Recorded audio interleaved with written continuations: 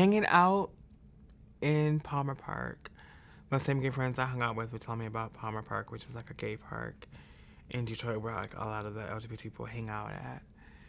And I just hung out, and I was like new there, so people would come up to me and it's like, "Oh, what's your name?" And I think this was probably in my earlier on when I was like 15, and I was feminine, but like I think I said like a mustache or something like that, and some girl was like, "Cut that off, like you're a girl," and it just resonated with me. I wasn't offended by it. Where all my friends were like, "Did she just call you a girl?" And I was like, "I don't care." And then I just seen other trans women, and I was just like, "Wow, there's more people that are like me out here." And so I shaved my mustache and did other things and I wanted to be around them to learn the tips that they did to be more feminine or in makeup or where they went and got their clothes and things of that nature.